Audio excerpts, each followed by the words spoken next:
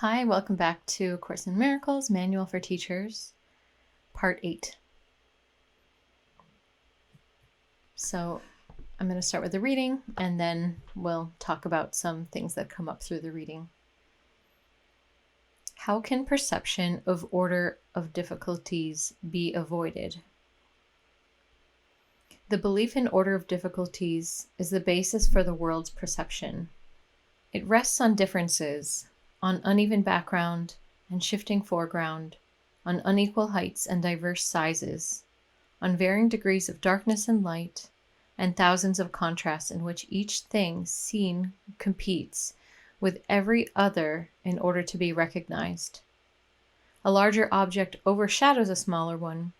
A brighter thing draws the attention from another with less intensity of appeal, and a more threatening idea, or one conceived of as more desirable by the world's standards, completely upsets the mental balance. What the body's eyes behold is only conflict. Look not to them for peace and understanding.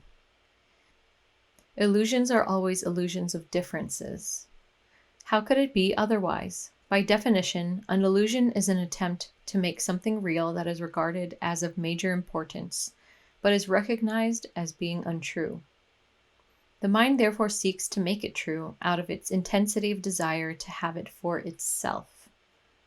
Illusions are travesties of creation, attempts to bring truth to lies. Finding truth unacceptable, the mind revolts against truth and gives itself an illusion of victory. Finding health a burden, it retreats into feverish dreams. And in these dreams, the mind is separate, different from other minds, with different interests of its own, and able to gratify its needs at the expense of others. Where do all these differences come from? Certainly, they seem to be in the world outside, yet it is surely the mind that judges what the eyes behold. It is the mind that interprets the eye's messages and gives them meaning. And this meaning does not exist in the world outside at all. What is seen as reality is simply what the mind prefers. Its hierarchy of values is projected outward, and it sends the body's eyes to find it. The body's eyes will never see except through differences, yet it is not the messages they bring on which perception rests. Only the mind evaluates their messages, and so only the mind is responsible for seeing.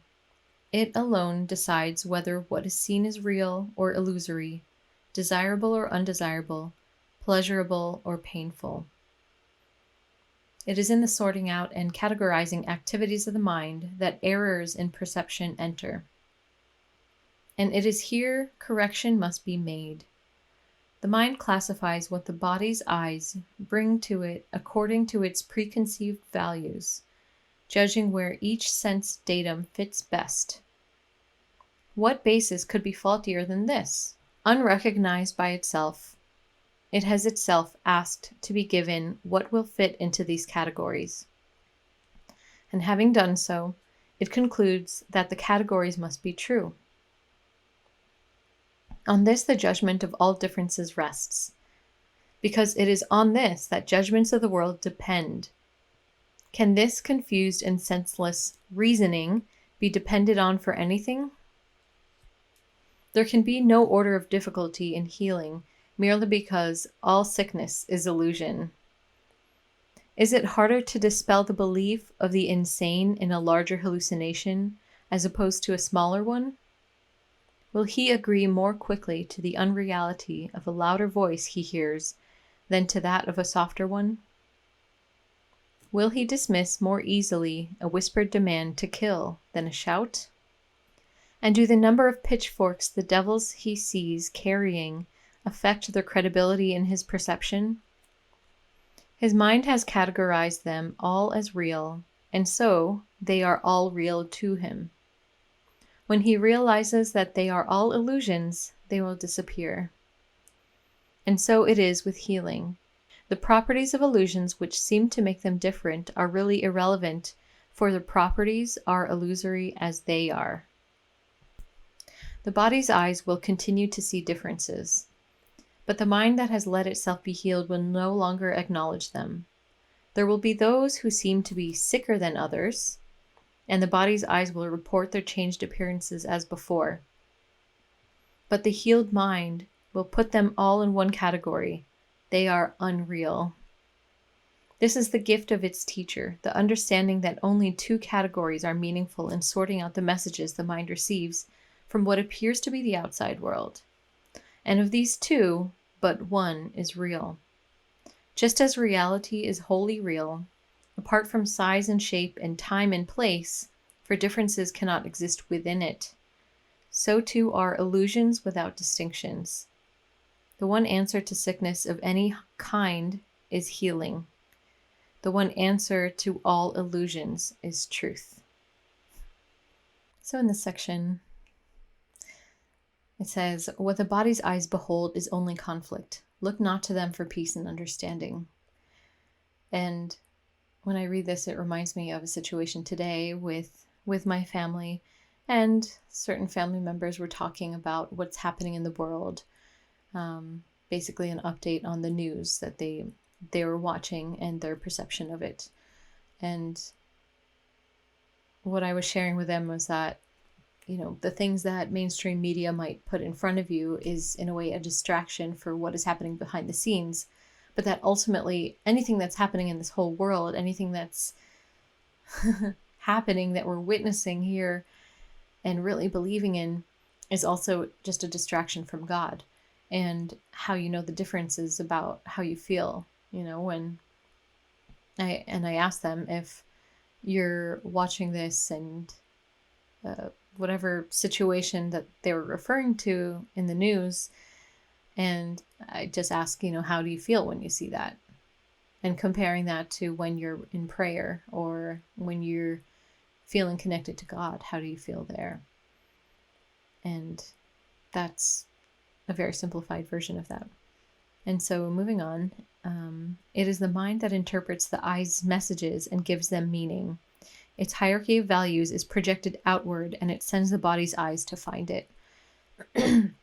So this is really this concept that our eyes are really projectors and our ears are really speakers is what I'm reading here. And what that means to me is that, we're putting all of the meaning onto everything that we're seeing. And with any neutral object or any object that is in front of us, realizing that we're just imposing anything that we want onto it. But so much of it happens subconsciously or unconsciously.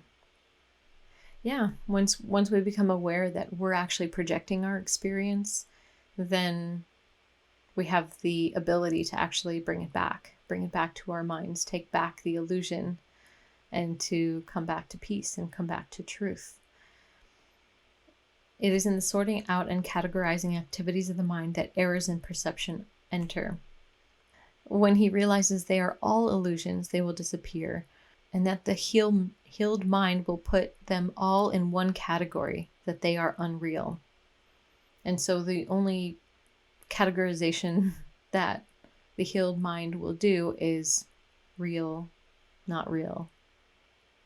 There can be no order of difficulty in healing merely because all sickness is illusion.